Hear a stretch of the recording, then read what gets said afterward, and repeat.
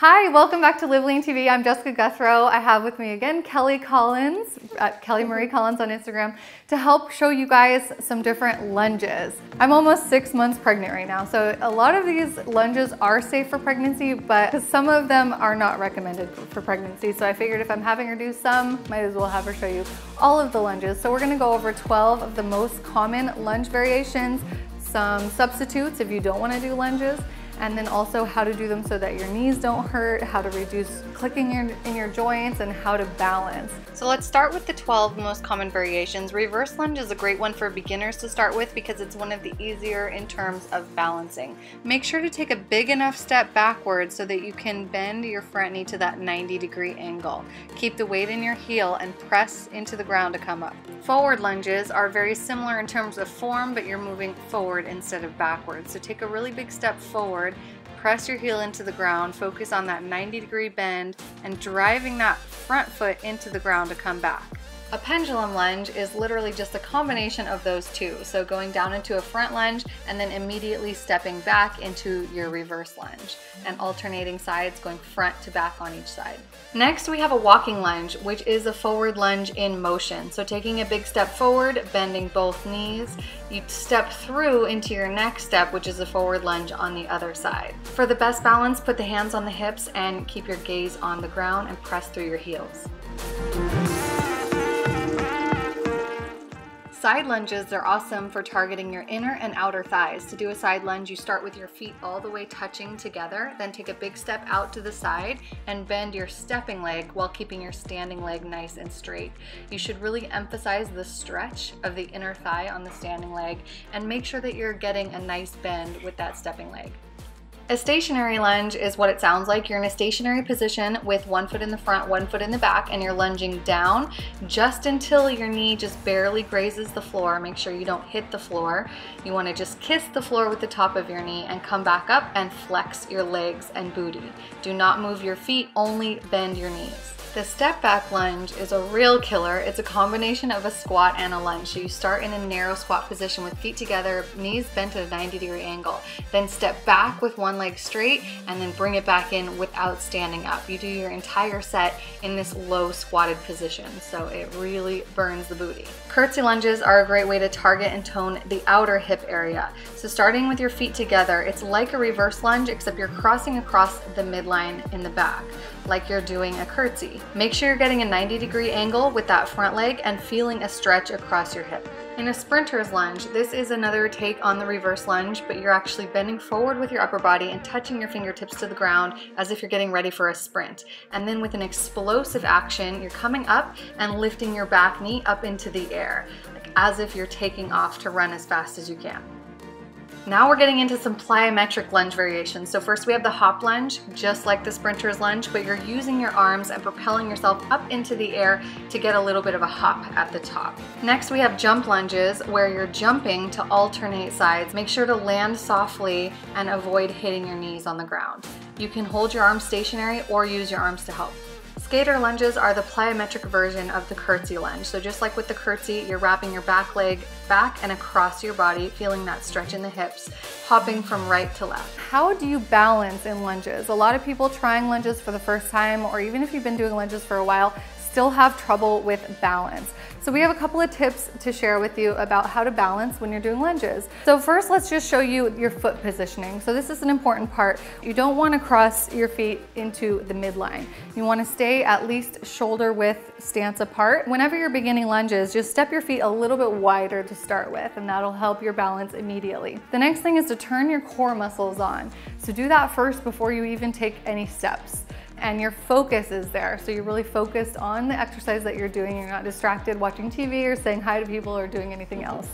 And then your next step is to take your step into your lunge. So we'll just do a forward lunge for demonstration. Make sure that you land into the heel of that foot and not on the toe, because if you're up on your toe, you have less surface area and you'll be more likely to fall over. Make sure that your hips are still centered and your center of gravity is in the middle and you're not leaning too far forward or too far back or right or left. So notice her eyes are gazing down at the ground, her core is tight, her heel is pressed into the ground, and her hips are centered.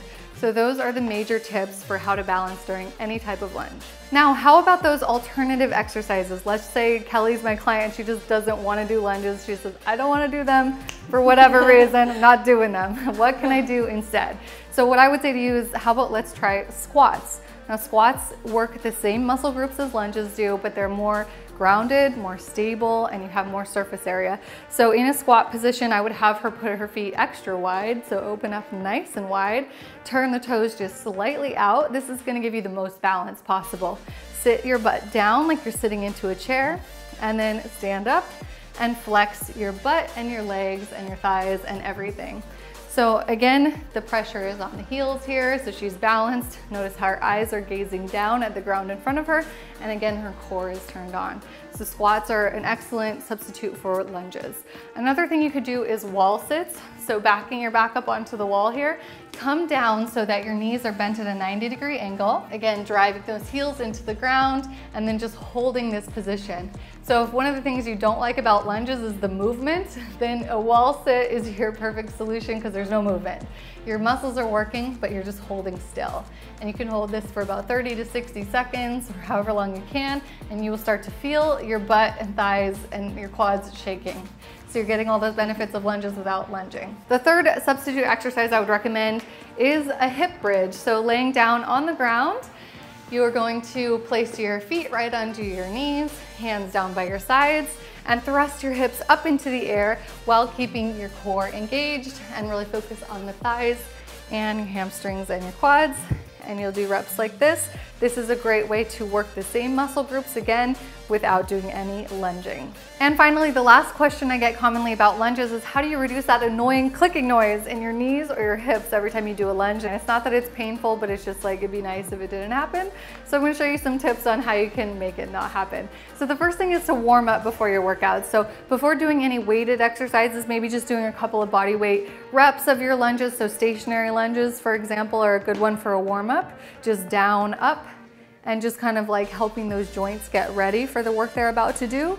And then also some stretching. One of my most favorite stretches that I do before all lunges is the runner's lunge.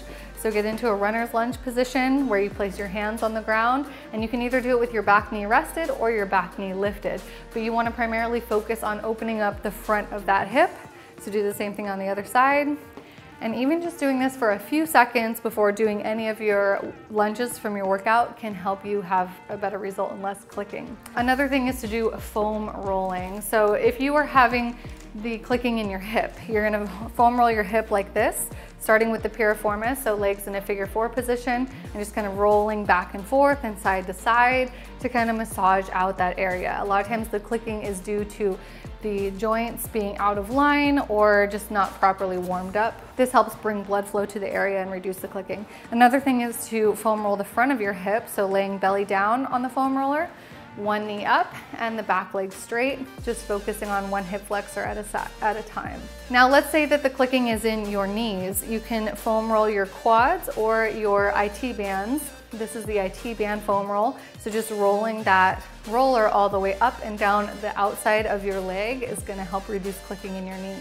And then also doing your quads, like get into an army crawl position and focusing on the muscles surrounding the knee area. So that's it to help reduce the clicking in your hips or knees. You can just massage, foam roll, and stretch and warm up your legs before your workout. Thank you so much, Kelly, for being here and helping me show those lunges. And if you guys have any more questions about lunges, please leave it in the comment section below. And remember that your workout shouldn't only consist of lunges, although these are a great workout. You still need to be working the rest of your body, your upper body, your core, and just doing all sorts of exercises.